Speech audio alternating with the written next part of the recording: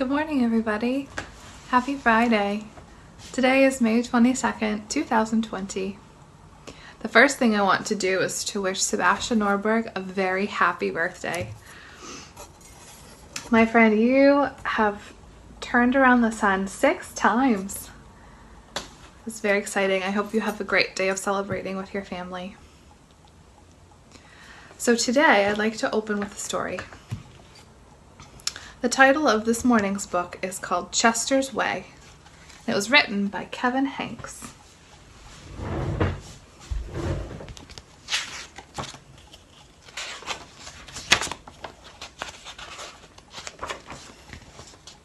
Chester had his own way of doing things. He always cut his sandwiches diagonally. He always got out of bed on the same side. And he never left the house without double knotting his shoes. Chester always had the same thing for breakfast, toast with jam and peanut butter. And he always carried a miniature first aid kit in his back pocket, just in case. "You definitely have a mind of your own," said Chester's mother. "That's one way to put it," said Chester's father.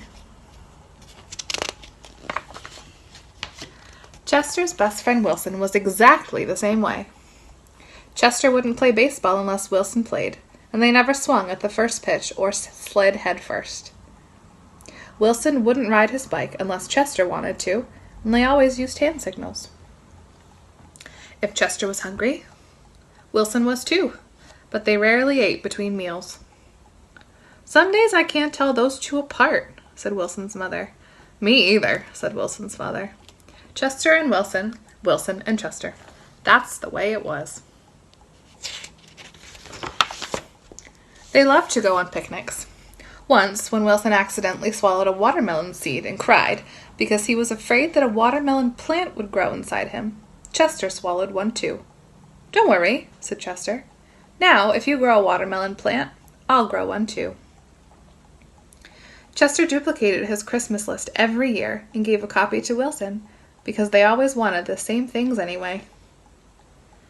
For Halloween, they always dressed as things that went together. Salt and pepper shakers, 2 mittens on a string, ham and eggs. "They really are 2 peas in a pod," said Chester's mother. "Looks like it," said Chester's father. In spring, Chester and Wilson shared the same umbrella. In winter, they never threw snowballs at each other. In fall, they raked leaves together. And in summer, they reminded each other to wear sunscreen so they wouldn't burn.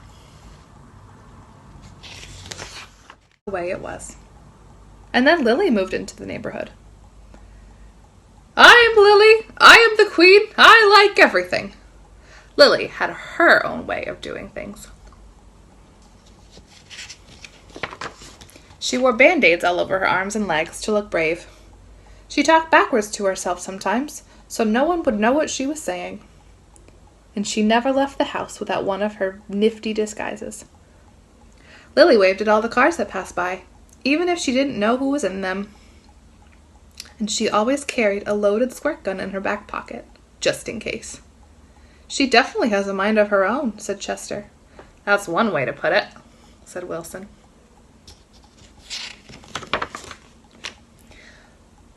When Lily asked Chester and Wilson to play, they said they were busy. When she called them up on the phone, they disguised their voices and said they weren't home.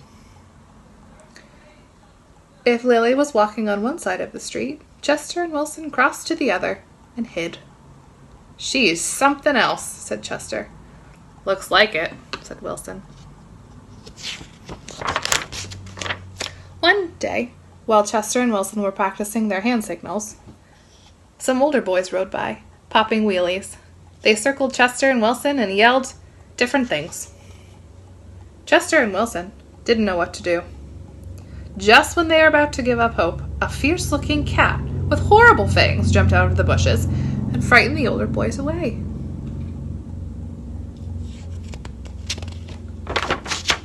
"Are you who I think you are?" Chester asked the cat. "Of course," the cat replied. "Thank you, Lily," said Chester. "You're welcome, Chester," said Lily. "Thank you, Lily," said Wilson. "You're welcome, Wilson," said Lily. "I'm sure glad you were wearing a disguise," said Chester. And I'm glad you had your squirt gun, said Wilson. I always do, said Lily, just in case. Afterward, Chester invited Lily over for lunch. You have a Muscle Mouse cup, asked Lily. Of course, said Chester. I do too, said Lily. Same here, said Wilson. Chester and Wilson cut their sandwiches diagonally. Lily asked Chester's mother if she had cookie cutters, and she made stars and flowers and bells. That's neat, said Chester. Wow, said Wilson. That night, Lily invited Chester and Wilson to sleep over. You have a nightlight? Asked Chester. Of course, said Lily. I do too, said Chester. Same here, said Wilson. Chester and Wilson wanted toast with jam and peanut butter for breakfast the next morning. Boring, said Lily. Try this instead. This is good, said Chester. Wow, said Wilson.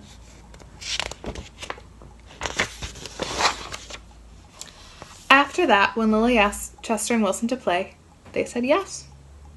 When she called them up on the phone, they had pleasant conversations. And if Lily was walking on one side of the street, Chester and Wilson waved and ran to catch up with her. Chester and Wilson taught Lily hand signals, and she taught them how to pop wheelies. Lily taught Chester and Wilson how to talk backwards, and they taught her how to double knot her shoes. Days I can't tell those three apart, said Lily's mother. Me either, said Lily's father. Chester and Wilson and Lily, Lily and Wilson and Chester. That's the way that it was. For Halloween, they dressed as the three blind mice. For Christmas, Lily gave Chester and Wilson nifty disguises, and they gave her a box of multicolored shoelaces, extra long for double knotting. They loved to go on picnics. When Chester and Wilson told Lily about how they had each swallowed a watermelon seed once, Lily swallowed 3 of them.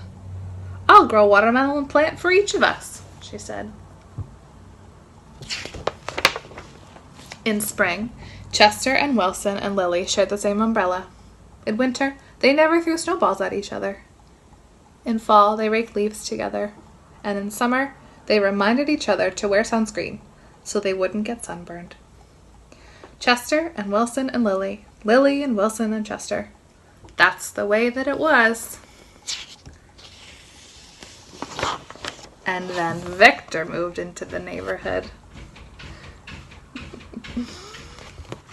The end.